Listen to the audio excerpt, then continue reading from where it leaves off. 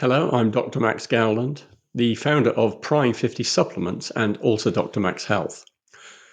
We often hear the argument that if you eat a balanced diet, you don't actually need supplements.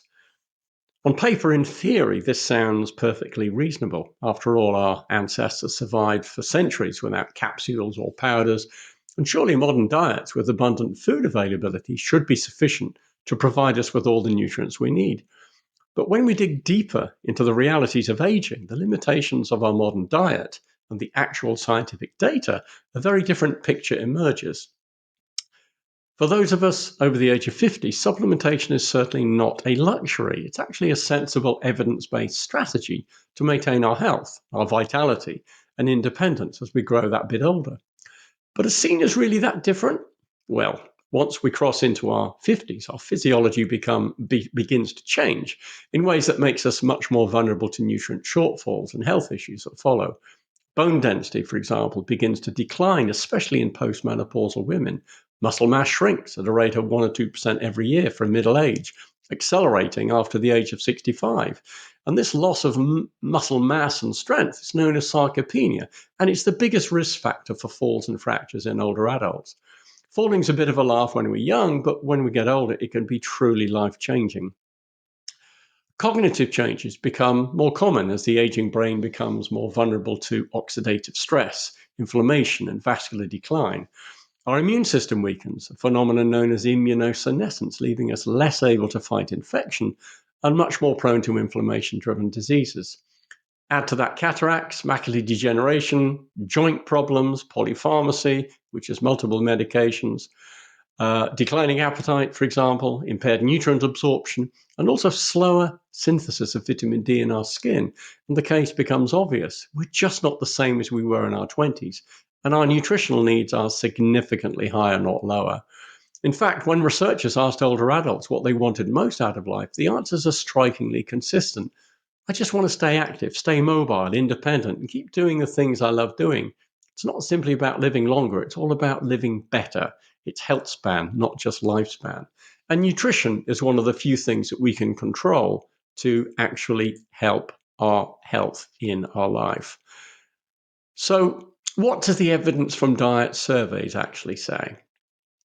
Well, skeptics often claim that diet alone can provide all the necessary nutrients, but the real scientific data simply does not support this. The UK National Diet and Nutrition Survey, or the NDNS, run by Public Health England, consistently shows that a large proportion of over 50s actually fail to reach even the basic RDA, that's the recommended daily allowance, for many essential vitamins and minerals. This is a fact, but a fact that is often totally misunderstood by many health professionals. Across Europe, similar findings emerge. Germany, Belgium, Danish, Spanish, Italian, Irish dietary studies all highlight significant deficiencies in older adults. In the UK, more than 80% of older adults, for example, are failing to achieve the new updated recommended protein intake. Nearly 90% are failing to reach the RDA for magnesium, 80% for iron, 85% for biotin, and so it goes on. These are not trivial gaps. They directly impact muscle strength, bone density, immune resilience, cardiovascular health, cognition, and also vision. Cooking methods, reduced appetite, polypharmacy, less efficient absorption of nutrients, and lifestyle factors like low sun exposure all contribute to these deficiencies. And while younger adults may just about cope with borderline intakes, older adults cannot. The margin of error is much smaller, and the consequences are actually greater. So let's talk about muscle briefly. Use it or lose it. Well, the evidence is quite clear that inactivity rapidly accelerates muscle loss. In controlled scientific studies, for example, on adults in their 50s, just 10 days of bed rest led to significant losses of muscle mass. In fact, after about 10 days, over a kilogram of pure muscle mass was lost from the upper legs alone. In those in their 60s, the loss of muscle was even more rapid. And yet the process is not inevitable. Older adults still retain the ability to regenerate new muscle, provided they have two key ingredients, namely protein or adequate protein, and of course, physical activity. The challenge is that as we age, we become anabolically resistant. So, what does that mean? Well, that means that the same protein meal that would trigger robust muscle growth in a 25-year-old produces a far weaker response in someone aged 65. This means that older adults actually need more protein than younger people. Based on the very latest science, older adults actually need between 90 to 110 grams every single day, compared with the official recommendation of around 60 grams. So that's quite a difference. Public Health England data show that nearly 90% of older adults fail to reach this updated daily target. Without supplementation, the gap remains. Protein powders, targeted amino acid blends, and micronutrient blends that support muscle metabolism, such as vitamin D, magnesium, zinc, and calcium, can all make a real difference. Muscle is not about vanity, it's about metabolic health. It is about blood sugar regulation. It's about balance, strength, and independence. Another important area of health, especially as we get older, is bone health. This is called the silent weakener by some scientists because bones do quietly weaken with age. It's just a fact of life. In fact, osteoporosis has been described as the silent disease, often only becoming apparent when a fracture occurs.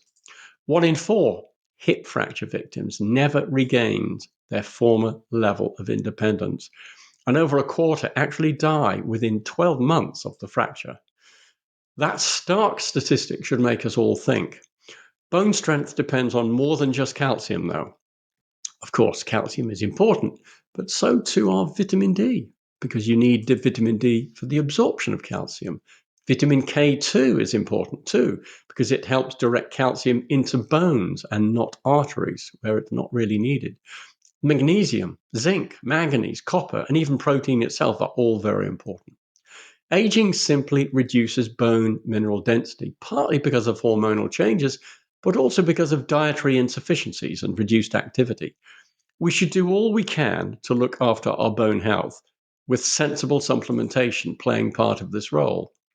Just one caution around calcium, though. Calcium is needed, of course, and most people are not hitting that RDA. That's the recommended allowance, especially those that reject dairy in any form. But overdosing on calcium has been associated with cardiovascular problems. So again, choose a supplement, which is well known, preferably a UK brand with trusted GMP manufacturing accreditation. Joints and energy are other challenges, and they are very important because we need to stay active, and both lack of energy and sore joints can prevent us from doing so. The musculoskeletal system is a trio of interlinked components: muscle, bone, and joints. And as joint cartilage wears and inflammation increases, osteoarthritis becomes more common. And the problem with joint pain is that it makes it harder to remain active, which in turn accelerates the loss of muscle and bone.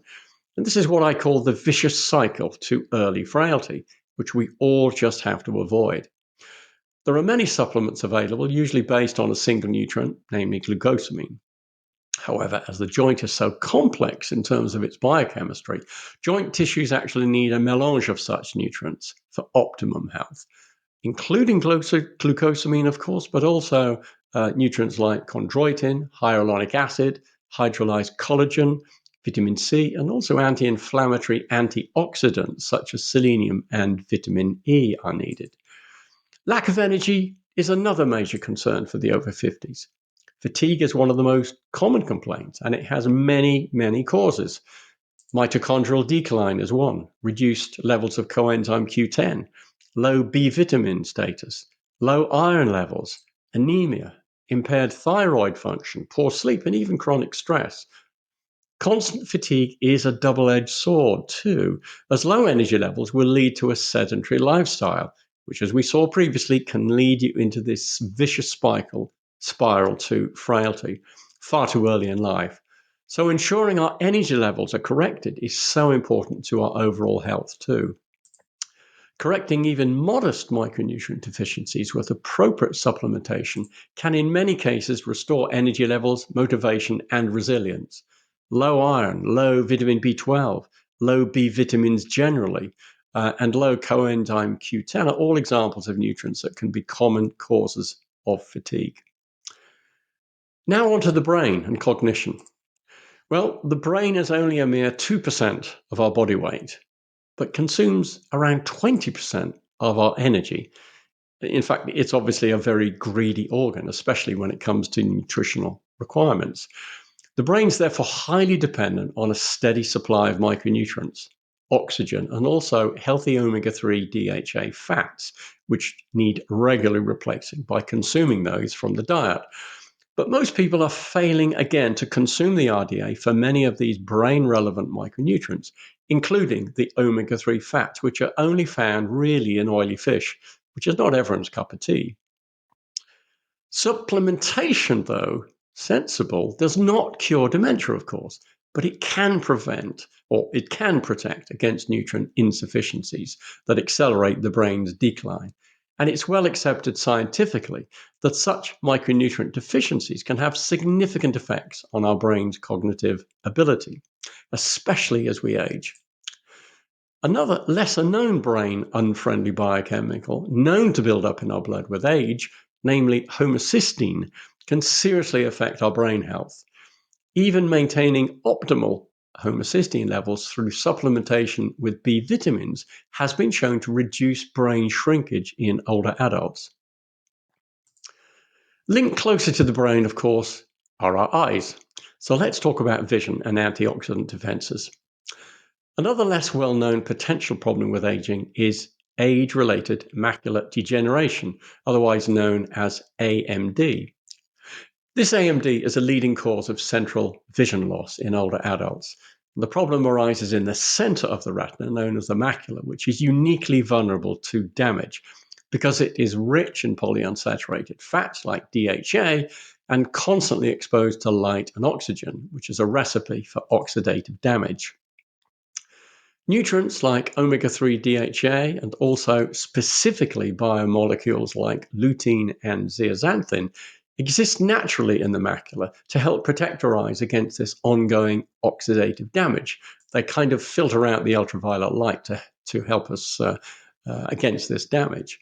But these molecules need to be replaced on a regular basis from our diet in order to help defend against this ongoing attack.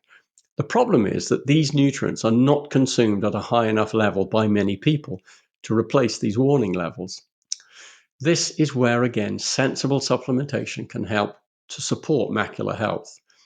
The landmark multi-site AREDS and AREDS2 eye studies in the US, done across 4,000 people, showed that specific supplement formulas containing vitamin C, vitamin E, zinc, copper, lutein, and zeaxanthin could reduce the risk of progression to advanced AMD by actually 25% in just 5 years.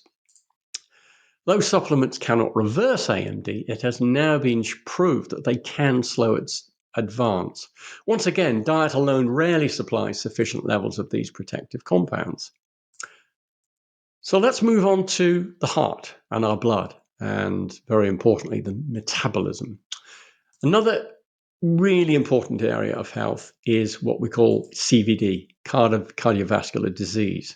In fact, CVD still remains the leading cause of death in the Western world, with stiffening arteries, arterial plaque formation, calcification, high blood pressure, oxidative stress, and also poor blood sugar management, all contributing.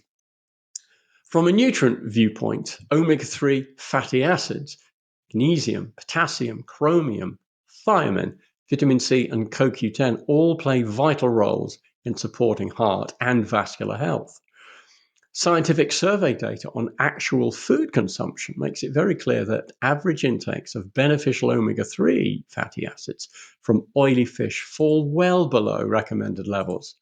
Public Health England data, as noted earlier, shows that many other key nutrients are also lacking in the typical diet, leaving individuals more vulnerable to cardiovascular disease and related conditions. Supplementation offers a practical way to close these nutrient gaps, and selecting a well-designed multi-nutrient formulation, ideally produced to UK GMP manufacturing standards, can be a sensible strategy to help reduce the risk of cardiovascular problems. Another area of health, and a developing area, which is exciting a lot of scientists around the world, is the microbiome. So, this aspect of our health is really all about the immune system, which lives in the microbiome within our gut, which unfortunately tends to weaken with age. But again, we know very well that micronutrient deficiencies are directly linked to reduced immunity, leading to slower recovery and increased vulnerability to various infections. Many just think of vitamin C when it comes to immunity, but there are many, many other essential micronutrients that are all required by our immune system, including vitamins A, vitamin D, B6, B12, folic acid, zinc, selenium, copper, and iron.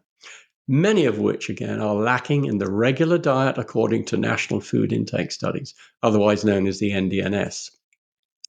Yet many over 50s, again, just fail to achieve these minimum levels. The gut microbiome, which houses around 70% of our immune system, also changes quite a lot with age, with a decline in bacterial diversity and an increase in nasty pro-inflammatory species. Probiotic supplementation alongside a nutrient-rich diet has been shown in many studies, though, to restore microbial balance within the gut, reducing infections, help with some symptoms of IBS, and even improve metabolic and cognitive health. Another part of our very important metabolism, of course, is the liver, which is metabolism 101, and it's sometimes the forgotten hero.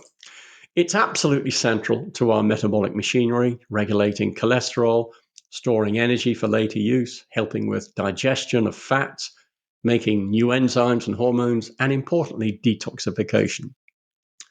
We therefore need to keep the liver in really good condition. However, the latest data shows that around 25% of adults now have what is called non-alcoholic fatty liver, otherwise called NAFL, often without even knowing it. This is when the liver cells themselves fill up with unhealthy fat, which in turn reduces the efficiency of the liver. Now, if this fat deposition continues, as it might during periods of excess caloric intake, then the liver can continue to decline as fat builds up, and it moves on to the next stage, known as non-alcoholic steatohepatitis, or NASH, as the doctors call it. This is a much more serious form of liver disease, and one which needs medical intervention in reality. An ongoing poor diet, an excessive consumption of sugar, sedentary lifestyles, and also low micronutrient status can all contribute to ongoing fatty liver. One of those essential liver-relevant nutrients found in eggs, dairy, and meats is choline, required for general liver health. But also, it's needed for efficient fat metabolism too, so you can see the relevance. Other liver-relevant nutrients include the antioxidants vitamin E and selenium, both of which help protect liver cells against ongoing oxidative attack. Homocysteine, we've mentioned it before, that's another unhealthy and toxic metabolite which tends to build up in our blood as we age. And high levels are associated with an inflamed liver. So again, managing normal levels of homocysteine is important if we are to avoid rising levels. And this can so easily be done with vitamins B6, B12, and folic acid. Yet again, scientific survey data on people's nutritional intakes shows widespread deficiencies. So supporting the liver by eating a healthy diet is absolutely crucial, but many are unfortunately failing to do this. This is where smart supplementation can help, giving back those liver-critical nutrients, providing extra support alongside, of course, good habits for liver health. And then we come to the markers of inner health, namely skin, hair, and nails. And skin, hair, and nails are not always directly associated with health, but it is a fact that our actual inner health can be reflected outwardly. This is commonly known as triage theory. When the body is really low in certain nutrients, these nutrients will typically be required and used first and foremost in more important areas of our metabolism, keeping us healthy with our aesthetic demands being last in the queue, so to speak. For example, skin aging, skin wrinkling, And the dryness of skin is not just cosmetic. In fact, it reflects deeper nutritional shortfalls and faster cellular aging. With age, collagen levels within our dermis declines, making it less plump and elastic. Healthy skin barrier lipids or fats also decrease, leading to dryness. And ongoing oxidative damage from daily sunlight tends to accumulate, causing further damage to both our epidermis, the outer layer, and also the dermis deeper down. This all leads to skin which looks dry, wrinkled, and basically very unhealthy. And hair too reflects nutritional deficiencies, with deficiency in certain micronutrients causing increased hair loss over time. This is well known. Supplements containing collagen peptides, essential fats such as ceramides, antioxidants such as vitamin C, vitamin E, and selenium, and minerals like zinc and copper have all been shown to improve skin hydration, elasticity, and resilience. Hair and nails, both keratin-based structures, also respond to micronutrient repletion, particularly with biotin, zinc, selenium, and collagen. So why supplements then? And why take them now? Well, the argument against supplements often rests on outdated assumptions. Yes, in theory, a perfect diet could provide everything we need, but in reality, the reality is that few of us have the time to prepare perfectly balanced, nutritionally rich meals every single time. And the modern diet is certainly far from perfect. And the physiology of aging increases requirements while simultaneously reducing absorption and utilization of essential micronutrients. Many older adults will also be on medication too, making absorption even less efficient than normal. This can all lead to lower levels of available micronutrients, which in turn can cause a whole host of health problems, especially over time. And this low nutrient availability, combined with declining soil nutrient levels, with more and more processed foods dominating many diets, and certain lifestyle factors, all reduce actual nutrient availability, making supplementation not just reasonable, but actually quite responsible. Supplementation is not just about mega dosing or magic pills, certainly not. It's about sensible, targeted supplementation based on scientific evidence and designed to fill the gaps that diet alone cannot cover. Supplements are not a substitute, of course, for a healthy diet, but a partner to it. So, in finishing, life does not stop at 50 or 60 or 70 or 80, but to remain active, independent, and engaged in the things we love, we can benefit enormously by taking proactive steps to protect our bodies from the silent erosion of age. Nutritional supplements are one of the simplest, safest, and most effective ways to do so. In my opinion, older adults do need supplements, not because of marketing hype, but because of clear, reproducible scientific evidence.